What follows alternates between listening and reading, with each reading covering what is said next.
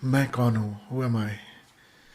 तो मुझे लगता है कि अध्यात्म के जगत में हमारे जीवन का सबसे महत्वपूर्ण प्रश्न जो है वो यही है, हु एम आई। सच पूछो तो जितनी खोज है वो स्वयं की ही खोज है। आज सुबह एक बड़ा प्यारा विचार आया, वो आपसे शेयर करूं। आपने दो शब्द सुने होंगे, एक खुद और एक खुदा, है ना। बहुत फासला दिखाई देता है खुद में और खुदा में, बिल्कुल इत्तू सा फासला दिखाई देता है। वो फासला क्या है वो मैं आपसे कहूँ। खुद जो है वो खुदा का अंश है। खुदा थोड़ा बड़ा शब्द है, खुद उसका एक छोटा सा अंश है। तो खुद को अगर अंग्रेजी में हम ट्रांसलेट करें और कहें तो हम कहेंगे खुद, यानी माई सेल्फ। और खुदा के लिए अगर हम संबोधन करें तो हम कह सकते हैं दाई सेल्फ, आई, दाओ। और हमें पता है बाइबल सदा से कहती आई है, हमारे उपनिषद सदा से कहते आए हैं, तमाम संत तमाम सदगुरु हमसे ये कहते आए हैं कि आई और दाव में कोई फर्क नहीं है, कोई फासला नहीं है। यही अध्यात्म की खोज है। दूसरे ढंग से कहूँ, आस्तिक हो नास्तिक हो, जीवन में परमात्मा की खोज हो या ना हो, एक बात सबके हृदय में कहीं ना कहीं घर कर जाती है कि ये जो पूरा जगत चल रहा है, ये जो पूरी सृष्टि चल रही है, यह जो सृष्टि है ये कोई तो अद्भुत शक्ति है जिसके चलाए से चल रही है। कोई तो छुपी हुई ताकत है जिसके कारण ये चांद सितारे ग्रह उपग्रह, द वे दे मूव, समय पर सुबह होती है, समय पर शाम होती है, सब कुछ एक बहुत ही अद्भुत ढंग से चल रहा है। सब कुछ एक अद्भुत ढंग से चल रहा है। तो कहीं ना कोई शक्ति, कोई ना कोई सत्ता तो होगी जिसके चलाए यह सब चल रहा है। तो वो सत्ता क्या है? उसकी खोज का नाम है अध्यात्म। और जब हम उस सत्ता को, उस शक्ति को खोजने निकलते हैं तो जो थोड़े भक्ति भाव वाले हैं वो कहते हैं कि मैं खोजने निकला हूँ कि परमात्मा कहाँ है भी या नहीं, कैसा है उसका रूप, कैसा है उसका रंग, कैसा होगा।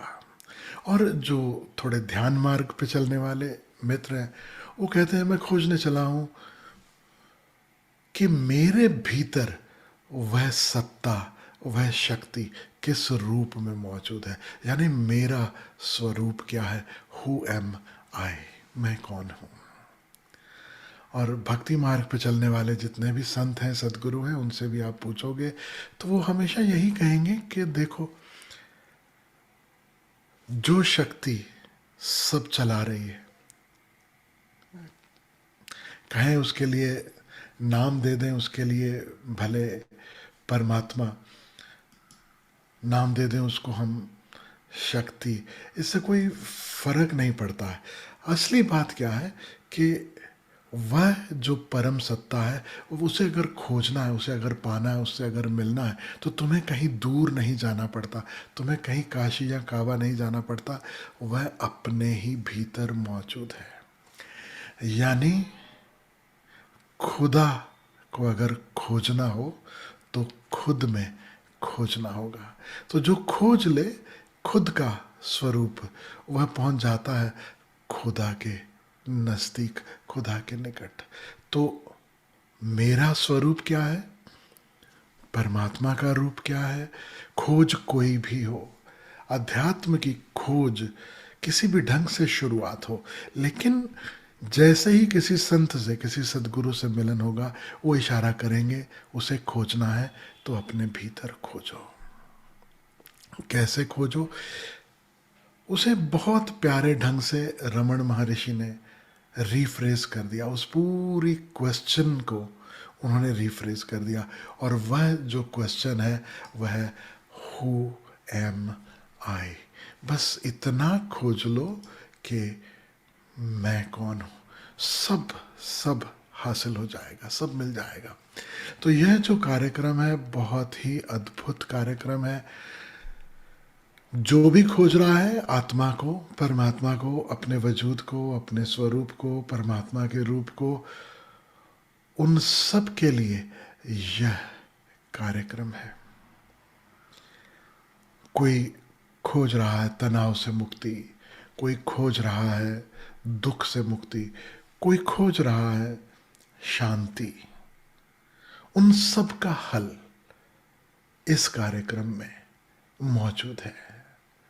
क्योंकि जब तक हमें आत्मसत्ता का एहसास ना हो, जब तक हमें उस परम शक्ति का एहसास ना हो जो हमारे भीतर है, तब तक जीवन में सुकून नहीं हो सकता। हाँ, आत्मसत्ता का, परम सत्ता का जब एहसास होता है, पहली बार हमें पता चलता है कि अरे, I am at home. So anyone who is searching for a real home, this is the programme. तो सबको निमंत्रण देना चाहता हूँ, जिन्होंने ये कार्यक्रम नहीं किया है वो ज़रूर पधारें, पहुँचें, और जिन्होंने किया है वो भी आए। एक रिवीजन हो जाता है, एक फिर से अपने घर की याद, फिर से खोजी होना, सीकर होना, और फिर अपने ही घर पर पहुँच जाना, उसका एक अलग ही आनंद है। रामकृष्ण परमहंस बार बार अनेक अनेक मार्गों से, अनेक अनेक रास्तों से परमात्मा को खोजते चले गए। मिल गया, सब हो गया, बात बन गई, लेकिन फिर भी चलो इस मार्ग पर भी चल के देखते हैं, चलो उस मार्ग पर भी चल के देखते हैं। और साथ ही साथ यह भी कहूँ, कुछ सूत्र हैं जो पहली दफ़ा हम सुनते हैं तो हमारे हृदय में घर नहीं कर पाते, क्योंकि हम जब पहली दफ़ा कोई कार्यक्रम अटेंड करते हैं तो बहुत बार हमारा मन बड़ा विचलित होता है। ज़रूरी नहीं कि पूरी की पूरी बात सही ढंग से पकड़ में आए ही।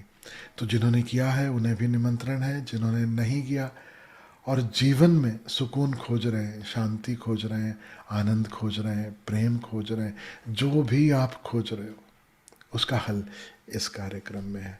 तो सबको निमंत्रण है इस प्यारे से छोटे से 3 दिन के कार्यक्रम में, जिसके अंत में 11 दिसंबर जो कि ओशो का जन्मदिन है, हम साथ में सेलिब्रेट करेंगे, खूब उत्सव मनाएंगे। जो लोग ओशो की माला लेना चाहते हैं,